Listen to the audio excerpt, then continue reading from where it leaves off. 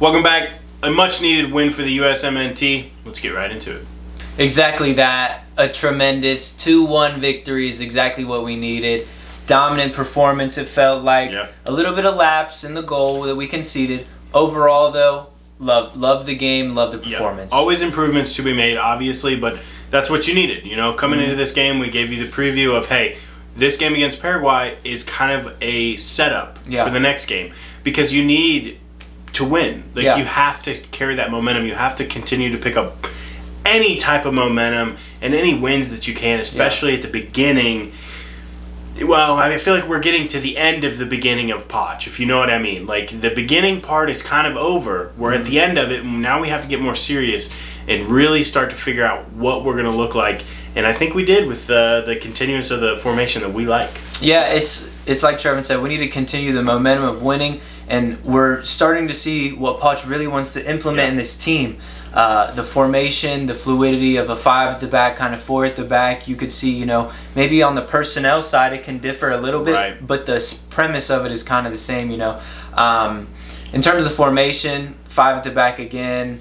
Really love to see the 2 wing backs of Dest and Arfston. Arfston is, you know, he's starting to really come into that role. Improving quite a bit. I mean, he really has been a very good player to fill in for when, you know, we know Anthony is a little bit hurt. But, you know, that's somebody you need. It's not 11 players out there. It's a squad of 26, 25, depending on, you know, who you bring. But it's a team game, and he has to step up, and he has. Like, we've been here. We've talked a lot about how a lot of players need to improve, and we've kind of harped on him, but he has really improved. He's improved tremendously. He's one of those guys, like Trevor said, we have given him a lot of crap. So we're going to give him the praise when it's due. These last few games for the USA, he's done pretty well. He's improved. Starting to see a little bit of development in that left wing back role. Not so much the best defender still, but you know that'll come with time. He's still like 24, young. I think. But we know when Robinson comes back, he's a shoo-in for that spot. He's got it back. Dest on the right side, playing like a right mid, right back kind of role, helping Scally out over there, who both I thought had pretty decent games. Dest, I mean, this guy is again showed why he's so crucial for us. He's so up and down the pitch. He's so good. He's tremendous. I love him in the team. Roldan and Tessman, you know, Roldan, pretty good performance. Tessman, pinging out balls left and right. Really love to see that from him. Impressive performance as, you know, somebody that needs to be there to distribute. Yeah. Because when you play in this formation especially, you have that extra defender, which usually means you're lacking in midfield. So somebody has to be able to link that play so well like Tessman did. And, you know, he's not somebody that is going to be, he's definitely on, you know, the first... or in the first 11 there for the World Cup. But he's somebody that could potentially pop up with a start here and there because there's a lot of games. There's a lot of ways that he can show and affect the game. And that was just, I think, what we saw against Paraguay. I think we know Tyler Adams is kind of a shoo-in for that spot. Honestly, like we would both agree, Robinson is at left back. I think Tyler Adams is shoo-in, but I think there's another position there open to where, you know, he's fighting for it. I mean, there's McKinney, there's Tessman, there's different players. You know, Musa is coming in. There's different players in that midfield. Roldan, he's doing all right. Cardoso, Roldan. We're seeing there's a plenty amount of options in that midfield role. So, you know, he made a good performance, gave the ball away a few times, but it's because he's trying to create. And that's the main thing we want to see from him. Back three, goalie, thought they did well. Again, on the goal we conceded, maybe a little bit of a lapse from Scally and Robinson. Robinson, a guy who... You know, he's making a name to be in that squad. There's not many center backs we have in like the depth, but he's getting chance after chance. He's doing okay. He's not blowing me away by his performance. No. But he's also not, I don't think he's making tremendous mistakes to where I'm like, get him the hell out. Right, you know? yeah. He's just kind of in that no man's land where he had an okay game. He wasn't terrible. He could have done a little better on the goal, I think, maybe, that we conceded. But at the same time, it's not his fault. It's not. But, I mean, if we're going to be as high... Nitpicky, as high-strung as we can be, you can say that. But... He's somebody that can come in and just like a lot of the players here, they can fill in. They can do what they need to do for us to get this win over Paraguay. But he's honestly not somebody that I want to see in against France or Uruguay. I want to see McKenzie so bad. It's a little bit of a change. I think we'll see Freeze, good, solid, always. I mean, he's kind of turned into the number one that they can rely on. Yeah, obviously you can't really do a whole lot better for the goal. I mean, it's kind of a lapse on the defense and midfield. Yeah. Like, I mean, you could maybe if you're, like we said, being real nitpicky, you can ask for a little bit more. But Freeze is he's a good quality one. He's doing all right. Yeah. You know, he's somebody that we can rely on. He's somebody who's just slowly taking his position. It's one of those things where it's like, you know, you really don't have anybody that much better, so you kind of just accept it. And it's not that he's doing bad. He's not doing bad at all. He's, you know, I think he made 1 or 2 mistakes one camp back, but he's capitalized since then, done well. You know, he's doing his thing, so can't really ask much more from him. Tim Ream doing his thing again, left center back. I mean, he's there. He's gonna start. We know if he's healthy, he's gonna be at the World Cup. Up in the attack, I mean, before we get to the main man, we could talk a little bit about Aronson. Good performance. Left mid, left attacking mid, you know, did his thing, runs around a lot, puts in a lot of effort. It's a lot of what he gives you. And the counter press from USA was crucial, and he was a big part of it. He you know exactly what you're going to get from him. You're going to get pace and energy, and you're going to get a bunch of it. Because that guy just runs, and he runs and runs and runs. He's not the best finisher. He's not the best passer. But he is resilient. I mean, especially for the system that they're wanting to play. He could be a very key person. He's kind of one of those fringe players that a lot of people will expect to make the World Cup roster. But can he make it into that 11? Can he push and say, hey, I'm not, you know, the greatest technically like a lot of these other players in this team, but I can run more efficient, and I'm a hell of a presser, because he did so well against Paraguay. And you know, the thing is, you know, you may not think highly of Leeds as a team, but he starts week in, week out for Leeds, and he does really well for them. And I know the Leeds fans really appreciate him and what he does for the team. So having him in the squad, always good. Balogun, this guy is solidifying his position as striker, scoring again. Love to see it. You know, he's the 9. You know, I think Pepe will come back, and we'll see what he can do. He got some minutes in this game. Balogun's just too good, I think. I think we're gonna see.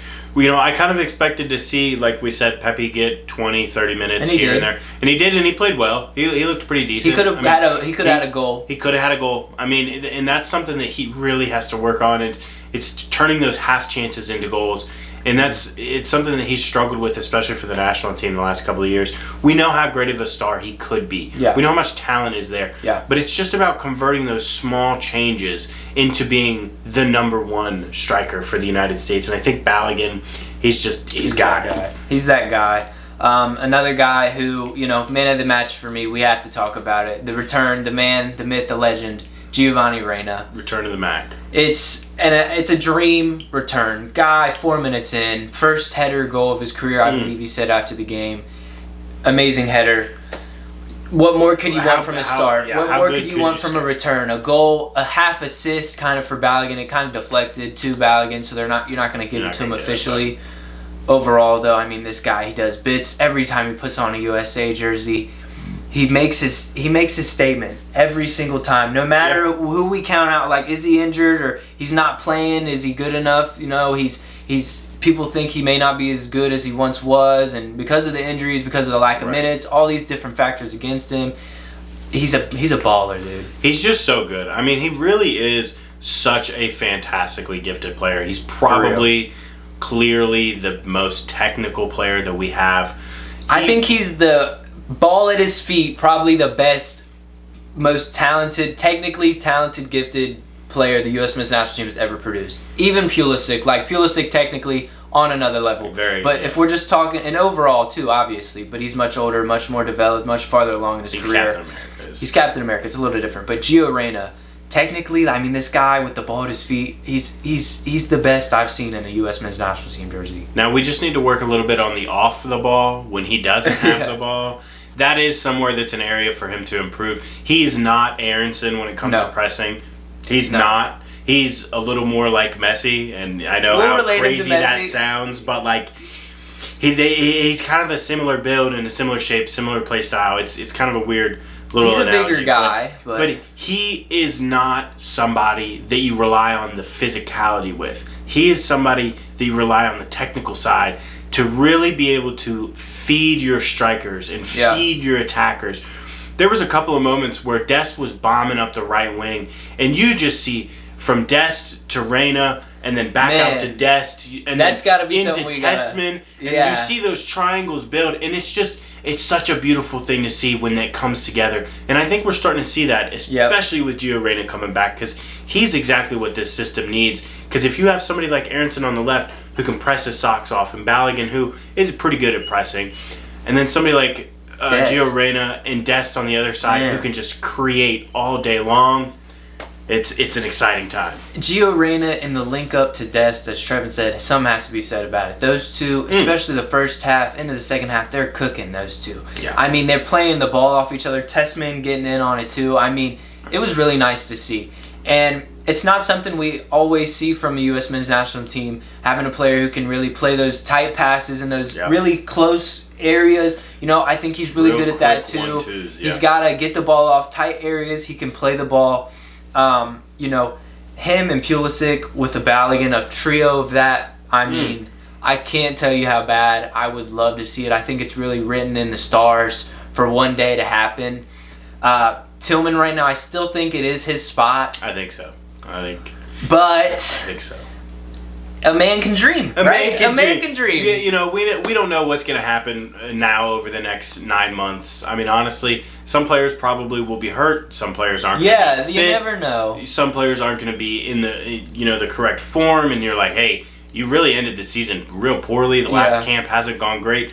We're going to unfortunately have to let you leave or stay. Yeah. Can't come to the national team. We don't know what's going to happen, but it's just so encouraging to see Gio Reyna brought back in, Joe Scally brought back in. Yep. Dest finally returned. Arston doing good. Arston doing well, and it's just starting to rise at the correct time. We really got to keep this going. Uruguay is such a key game. If we can go and play a good quality game like we did against Paraguay, against Uruguay, and get that not 3 points, but get the win. Even if it's not a 3 points, I mean, it's the performance. You put in the performance like that, you will get the win. And I want to see more minutes from Gio Reyna, you know, with the team we have, like we told you in the preview, a little depleted. A little more, not Weston McKinney, Mark McKenzie. A little bit of more Mark, a little bit of a change maybe, but still I want to see a lot of the same stuff, development, players playing well together, link up between the players trying to attack, trying to break down low block. When Paraguay was defending well for a long time, you know, they wanted to defend pretty much the whole game against us. They did it well for a lot of the time, though, and we were able to break it up, find our goals, find the gaps. That's what we need to keep doing. Hopefully we can continue against Uruguay. We'll let you know how it goes. Come on back for it.